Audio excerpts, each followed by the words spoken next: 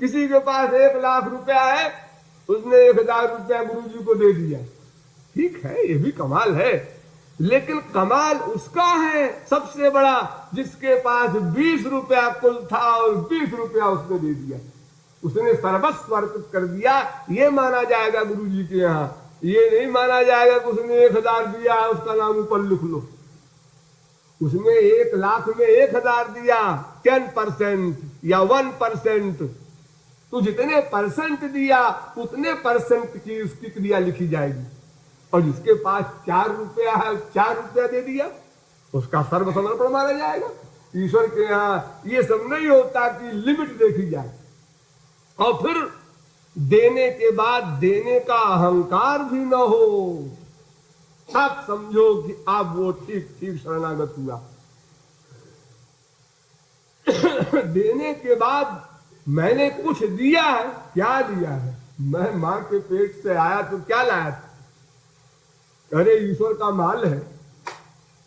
और ईश्वर के, जिसका ईश्वर दास है, अगर उसको हमने कुछ एक खुराक खाना दिया, 1 करोड़ दिया, 1 अरब दिया, 1 ब्रह्मांड दे दिया, तो हमने अपना क्या दे दिया? अरे वो ईश्वर ही का तो था। अगर ईश्वर ने हमको उत्तराधिकारी बना दिया कुछ दिन के लिए, बेटा तुम करोड़पति हो जाओ, 35 साल तक रहोगे जिंदा, 35 साल के लिए करोड़पति बनाते हैं तुमको। और वो क्या समझ रहा है? हम तो करोड़पति हो गए सदा को। और 35 साल बाद जब मरा, ये शायद ये करोड़पति वाला सब मामला, तो ये तो बेटा आप जाओ, तुम दूसरे के लिए हो गया। अभी तुम्हारे लिए कुछ नहीं है, 1 नया पैसा नहीं। वो करोड़पति जितना गड़बड़ किया है उसने, उस करोड़ रुपया के उपयोग नहीं किया ठीक से, उसका दान नहीं किया, उसमें अहंकार किया, ममत्व किया, इन सब अपराधों का दंड अलग मिलेगा। और करोड़ की संपत्ति यही छिन गई वो अलग।